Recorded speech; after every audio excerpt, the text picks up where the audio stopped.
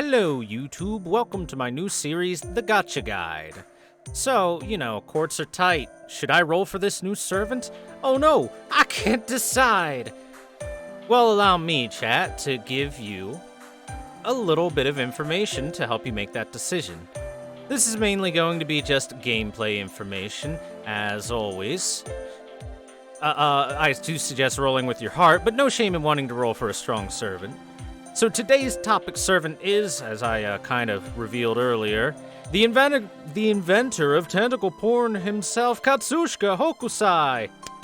Yay! Wait, I said himself, but it's a female on screen? Is this a gender bend servant? No, actually, that's because the woman here, this girl here, that's Katsushika Oi. And the little octopus there is Hokusai himself. This is his daughter. It's a weird, interesting loophole they found to technically not gender bend the character. Still gonna call her a she, though. Anyway, whilst we are doing this, we're going to be covering the servant's stats. We're going to be covering their skills. We're going to cover their material costs for said skills. We're going to cover the passives, the deck setup, and the noble phantasm, along with comparison to any similar servants, and especially servants of the same class, to give you an idea of how worth rolling they are. Now, if you decide, hey, after all that, yeah, I do want to roll, then I'm going to cover how to use the servant with skill leveling priority, how to use in general, as in craft essence equipment, what you should do, etc. And finally, what servants to group this servant with. All of this should give you a good overview on how the servant works, whether you want to roll for them or not, etc., etc. So without further introduction, let's jump right into her stats. Katsushika Hokusai is an AoE foreigner class servant, and look, little Abby's here to help us. Foreigner right there. Thanks, Abby. Meaning that she is strong against berserkers and weak against alter egos. She sports actually one of the highest attack stats in the game. Currently on NA, she is the 10th highest attack stat. Only 9 other servants surpass her in Fate Go right now, and coupled with that, her HP is pretty respectable at 13,230. So what this means is that she isn't full glass cannon and can actually take a hit before dying, but she's going to be able to put out quite a lot of damage herself. She's very respectable in that particular department. Now on to her hidden stats. One thing that is a little unfortunate and a drawback is that her NP gain on attack is only 0.33%, and that's relatively low. It's actually one of the lowest in the game. Her defense NP gain also not anything to write home about. 3%, it's nothing great. It's not the worst in the game. Far from the best. So she's not really great at gaining NP per hit or when getting hit normally. Luckily for that, if we take a look at her cards, her quick card has 4 hits, her arts card has 6 hits, her buster card has 4 hits, her extra card has 4 hits, and her noble phantasm does 5 hits. This greatly helps offset her low NP gain per hit by just having more hits happen. To further help that, her star weight is 153. This is well above average, where the average is somewhere around 100-ish, so getting crit stars onto her isn't that difficult. She naturally will gather them pretty well. And to further help, her star rate, that is her creation when she attacks, is at 15%. Again, that is above average. So combining that with her high hit count on her cards means that she's going to be able to create a fairly large number of stars all on her own, let alone if you decide to add in some servants to help her out. Now moving on to her skills. First off, we have All Things in Nature, A+. This is a skill that very simply gives her evade for 1 turn and charges her NP gauge. It is at a base on a 7-turn cooldown, Going down to 5 turns at level 10 and 6 turns at level 7. The MP charges starts at 20%, moves to 30%. That extra 10% is pretty helpful in a lot of cases. That allows her to set up with other servants and get to the 100% much easier. So, on paper, this is a great skill. It's on a low enough cooldown, you can use it offensively to charge, and you aren't going to be punished too terribly hard. It can be used multiple times in longer fights. Very good overall. Next up, we have Father-Daughter Bond A. This increases art card effectiveness for 3 turns between 20 and 30%, depending on the level. Increases her buff removal resist for 1 turn between 50 and 100% per level, and increases debuff resist for 1 turn between 50 and 100% per level. This skill helps to further mitigate her poor NP gain per hit.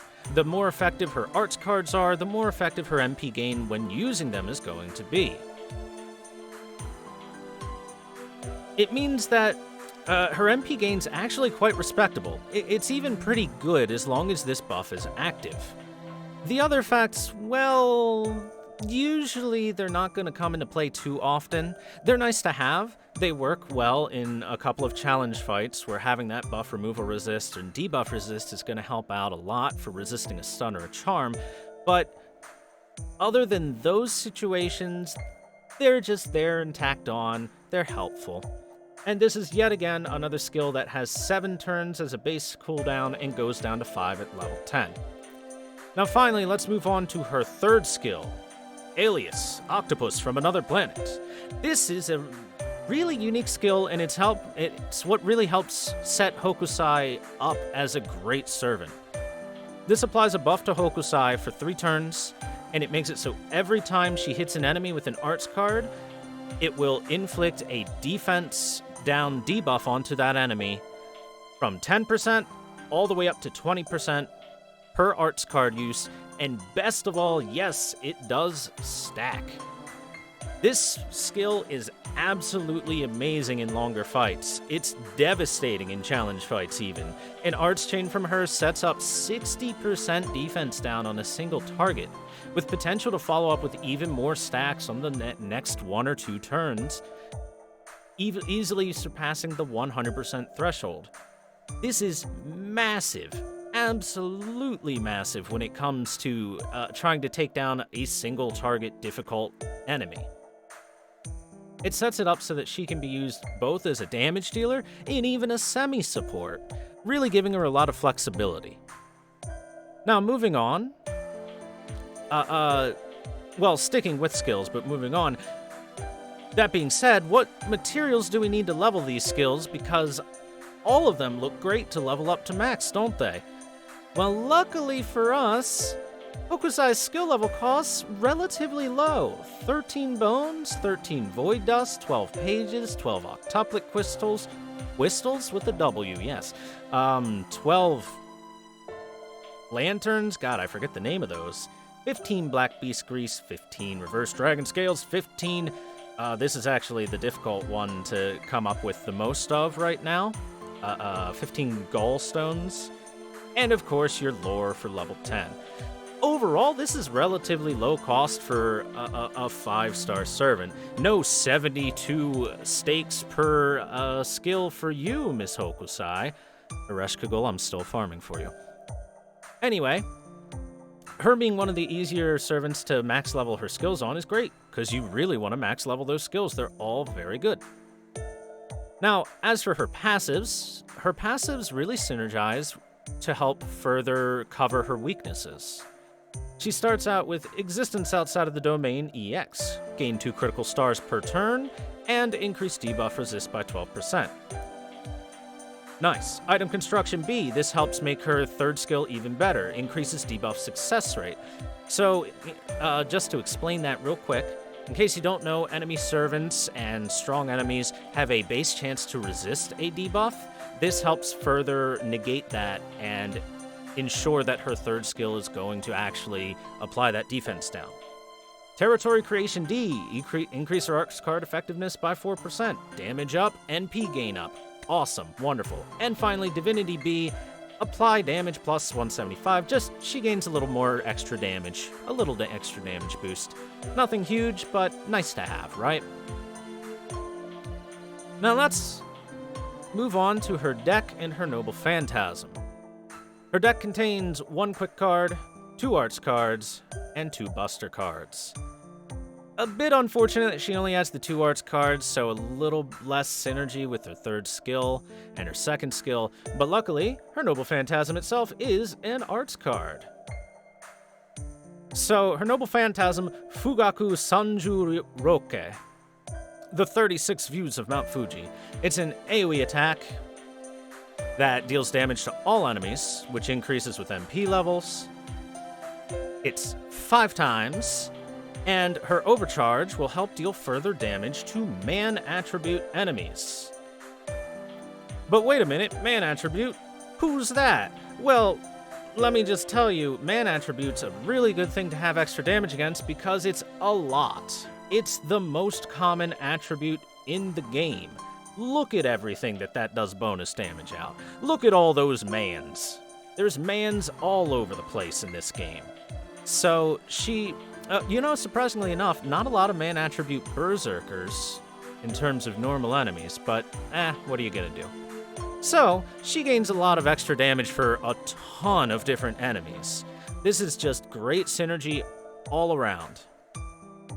And on top of that 5 hits on the Noble Phantasm means that she'll refund a good amount of MP charge herself, especially if you're hitting 3 enemies with it. So, how does Hokusai stand up against other servants of her class? Well, this is really easy to compare, as Abby is the only other foreigner for now. Hokusai is AoE and Abigail is single target, so they fulfill slightly different roles.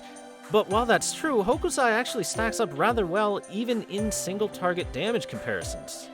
Her 3rd skill, stacking the defense reduction, helps push her, and even other servants with her, damage quite high. While Abigail will put out more upfront damage, she's held back by much worse NP gain. She, unfortunately, will get maybe 1 NP off by the time Hokusai can get 2, maybe even 3 NPs with the right setup. Hokusai's skill and deck help really push her card damage beyond what Abigail's can do as well when you're not comparing their MPs. Abigail will deal more upfront damage with her Noble Phantasm than Hokusai will, but Hokusai will, over time, eventually deal more damage than Abigail, even in a single target situation. So, really, Hokusai kind of outperforms Abigail in a lot of cases. A whole lot of cases. Unfortunate for Abby. Abby's still cute, though. So, how does she stack up against other servants that are arts AoE?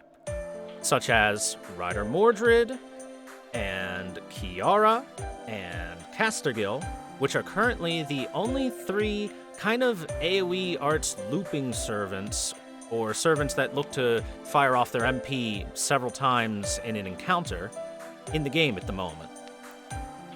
There are a couple more that will be added. Anastasia is one who will be added very soon. I'll do a video on her as well. And Summer Joan Archer will be added much later in the year. And comparing to what's available now and what's coming out later in the year, she stands head and shoulders above the others for raw damage output. She has really great synergy with her own skills and her passives and everything to really output hefty base damage.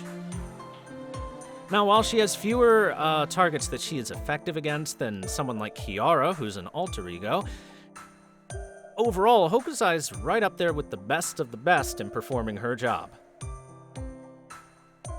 So, for my personal opinion on her, Hokusai's a fantastic servant. Acts absolutely great, easily A to S rank depending on who you might ask or how you might work with her. She's mainly a damage dealer, but her 3rd skill's so good you can even have her work as a semi-support to help buff the damage of another servant while chipping away at the enemies. And as much as I love Abigail, Hokusai is just straight up better than her by comparison in terms of gameplay. She's the best foreigner in the game, and even 2 years in the future on the JP server, she still is the best foreigner in the game. A lot of very hard fights are coming up in the future on NA that involve really buff berserkers. Hokusai is absolutely amazing for those fights, and you'll really want one of her on your team, whether through support or through having your own. Now, let's say I've convinced you guys and you've decided to roll for Hokusai, so what skill priority should we have in leveling her skills? After all, not everyone has all the materials in the world to level everything straight to 10. I understand. I get it. You might be new. You might be hard up on certain materials. Let me help you out. The first skill, if you have a Kaleidoscope CE, you can leave that at 1 because there you go. She's got 100% charge off that right away. Easy peasy. Otherwise, you should probably get it to about 6 at least. At level 6, her self-MP charge is 25%, which is now fully enough to 100% charge with a max limit broken imaginary element CE, which is, honestly a lot more common than even one Kaleidoscope, let's be honest with ourselves. As for her second skill, I think this is the highest priority skill and should be leveled as much as possible, as quickly as possible. This increases the damage on her MP, it increases the damage on 2 of her cards, it increases her MP gain on all 3 of those cards, it increases her ability to loop her MP. It's just too much to ignore. It's really the thing that helps set her up to succeed at her job. And finally, her third skill. I talked that up a lot, and it is an absolutely amazing skill. It's very powerful. It's also the least important to start off with leveling. And the reason for that is, it's best for longer fights that you can stack defense reduction on your opponent, or for when you're not going to just clear the enemy in one Noble Phantasm go. And most of the game is spent farming, where you just clear with 1 MP and then move along. Most of FGO is just short farming fights. This is a skill you eventually want to get to level 10, 100%, as it doubles its effectiveness from 10 to 20%. However, if you're tight on materials, you can leave it at lower levels early on. Now, I do suppose you want me to tell you how you can use her, so let's start off with craft essences. So, she is an arts-focused servant. Formal craft, over here, is a good CE for any arts-focused servant, as it pushes her arts cards further by 25 or more %. It pushes her damage and MP gain. Easy to know. Next up, we have the Black Grail. Black Grail is mainly for challenge quests or something of the like. It's relatively easy to get Hokusai to 100% charge, so being able to increase that damage by 60% is fantastic in order to just work on those challenge quests. Easy to get the MP charge, boosting damage. Easy decision, right?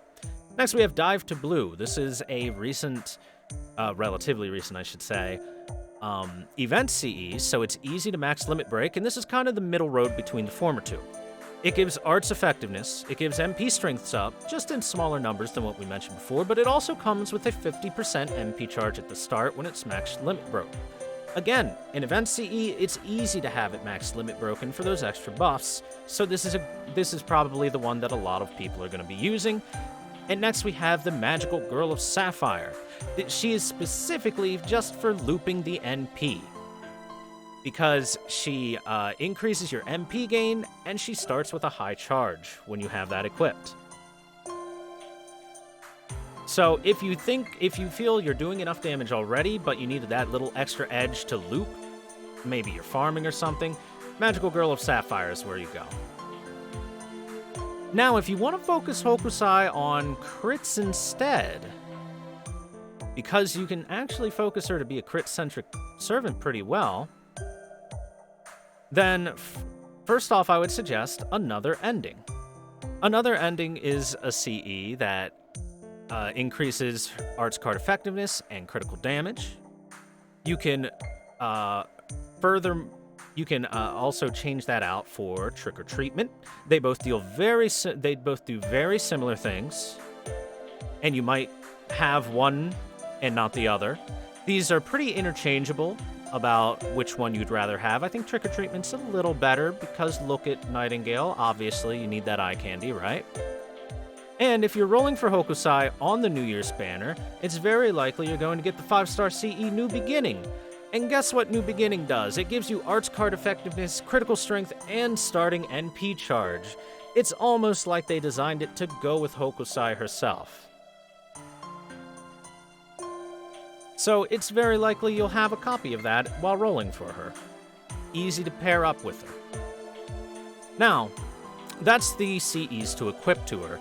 Let's talk about what servants group with Hokusai the best. So we're going to start off with servants that can help you with looping and help you with farming. In general, these are going to be servants that give you a little bit of a raw damage increase and mostly a arts card effectiveness increase. Servants such as Tamamo no Mae, Helena Blavatsky, and Caster Gilgamesh are all very good at this. You also have Paracelsus and Nero Bride that can help out in slightly different ways. Tamamo, Helena, and Castergil all have fantastic arts card effectiveness up that you can put onto Hokusai to help make those cards a lot better. Paracelsus has arts card effectiveness up, and, much like what Nero Bride can do, can also throw a buff onto Hokusai that will increase NP generation. So these servants are all great to try to set up for looping. Unfortunately, only Paracelsus here in the bottom left is available on friend points, and everyone else is 4 or 5 stars. So, a little costly. Now, let's say instead of looping, you want to try to figure out a crit setup for her. Well, the servants are a little bit more forgiving in that point. Once more, Castergill's going to come back. Along with him, we have servants like Mozart, and Hans Christian Andersen, and Merlin. And honestly, you can also add in any servant that has a really large amount of star gain in one turn, such as Jack the Ripper through her quick cards, or Altera Santa through her Noble Phantasm. Now, Caster Gilgamesh is the absolute most important servant that you can pair up with an art servant for crit setup. He has not only Noble Phantasm, not only arts card effectiveness up for the whole team, he also has 100% critical star generation buff that he can apply to the whole party as well, making everyone provide lots and lots of stars while using their cards. He's indispensable. He's the number one when it comes to this kind of setup. Mozart here can produce 50 stars on demand with a level 10 third skill, along with having a very powerful single-turn arts buff that he can throw onto Hokusai. Hans provides critical stars each turn with Innocent Monster, along with buffing critical damage and attack damage through his Noble Phantasm. And finally, Merlin is best for the longer fights. He provides a damage buff, he provides heal and critical star gen per turn through his Noble Phantasm, and finally, he has Hero Creation in his third skill, which is just, hey, massive Buster card crits. And Hokusai actually has 2 Buster cards, so Merlin works out pretty well for that. Again, Jack is great for just producing stars through her quick cards, and Altera Santa is great for producing stars through her Noble Phantasm. Another thing you can help to set that out is a 2030 CE equipped to any of those, as it provides stars per turn as a passive. So, to round us all off with a Too Long Didn't Watch, yeah, you should roll for Hokusai. She's great. She's a fantastic servant. She's got good flexibility in team composition, very few drawbacks to even speak of. She can loop, she's useful in challenge quests, and most importantly, she's cute. What more could you want from a servant? So, let me know your opinions on Hokusai and if you like her or not. And if you enjoyed the video, follow me on Twitch to see these recorded live, link in the description below, watch Fate Go gameplay, etc, etc. Join my Discord if you have any questions, and I'll be sure to answer them if they're directed at me. And of course, leave a like and comment on the YouTube video if you would. Thanks for watching, guys, and I'll see you next time.